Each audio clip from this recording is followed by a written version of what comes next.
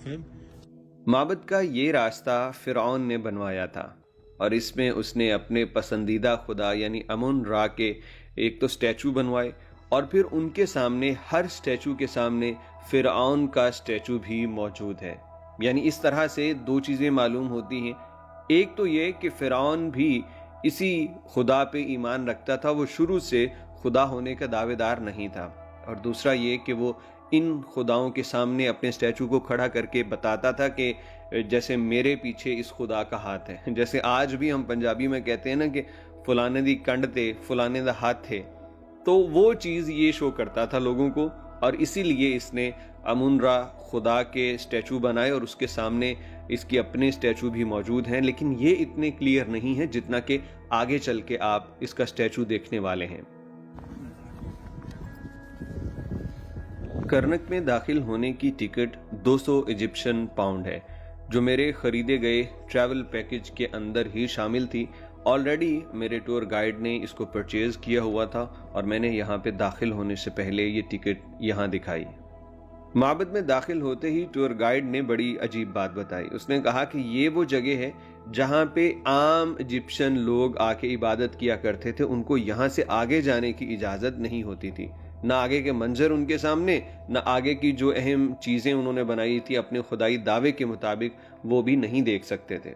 تو مطلب یہ آج کے دور میں بھی موجود ہے کہ امیروں کا مذہب اور امیروں کی پہنچ کہیں اور تک اور غریبوں کی صرف باہر تک. لیکن الحمدللہ اللہ پاک کا فضل اور کرم ہے، اسلام ایک ایسا دین ہے کہ جس کی ایک ہی صف میں ارب پتی آدمی بھی کھڑا ہوگا اور اس کے ساتھ 500-600 درہم یا ریال پہ کام کرنے والا بندہ بھی ہوگا. اور یہ صرف کسی عرب ملک میں نہیں بلکہ پوری دنیا میں ایسا ہے کہ امیر اور غریب ایک ہی جگہ ایک ہی صف پہ کھڑے ہوتے ہیں. اسلام نے یہ امیری اور غریبی کے فرق کو آ کے مٹا دیا، کیونکہ یہ مذہب امیری غریبی کے نہیں بلکہ انسانیت کی فلاح کے لیے یکسانیت قائم کرنے آیا ہے.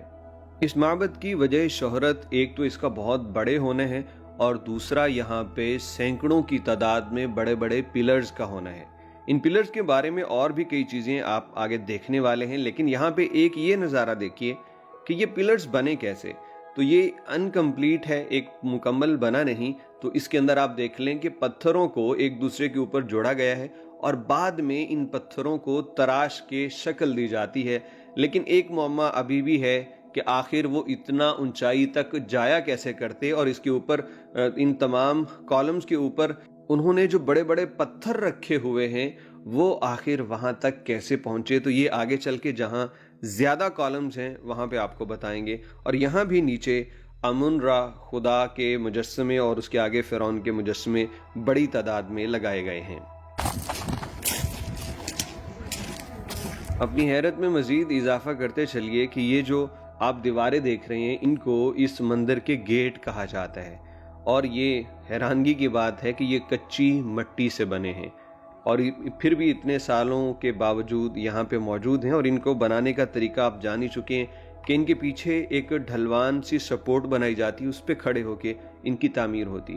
اس ایک دیوار کو بنانے میں انہیں 10 سال لگے، اور ان جو 2 دیواریں ہیں یعنی گیٹ یہاں جہاں ہم انٹر ہوئے ہیں ان کو بنانے کے لیے انہیں 20 سال لگے. اور جتنے بھی دروازے کرنک ٹیمپل کے بنے تو صرف دروازے بنانے میں یعنی یہ دیواریں بنانے میں ان کو 200 سال لگے ہیں.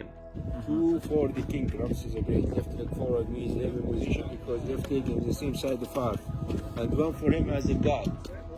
اور یہ ہے وہ مقام جہاں پہ فرعون کے 2 بڑے بڑے مجسمے رکھے ہوئے ہیں. یہ انٹرنس کی دونوں جانب ہیں. یہ 2 اس لیے ہیں کیونکہ ایک مجسمے کا مقصد ہے کہ وہ بادشاہ ہے اور دوسرے مجسمے سے اس کو خدا ثابت کرنا مقصود ہے.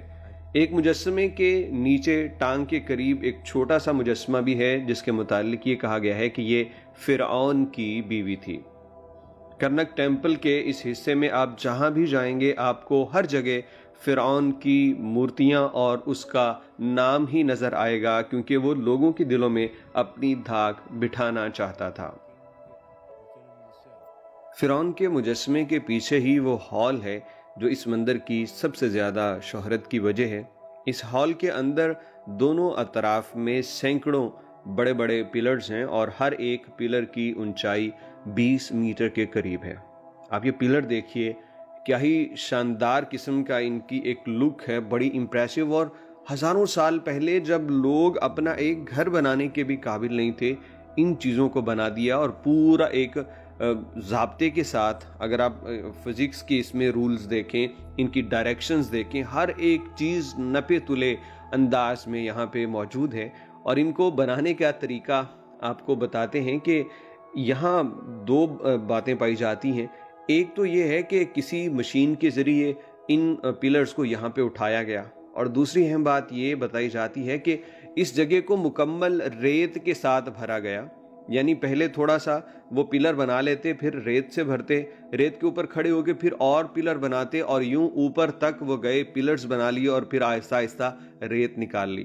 اور یہی چیز جو ہے زیادہ پاپولر ہے.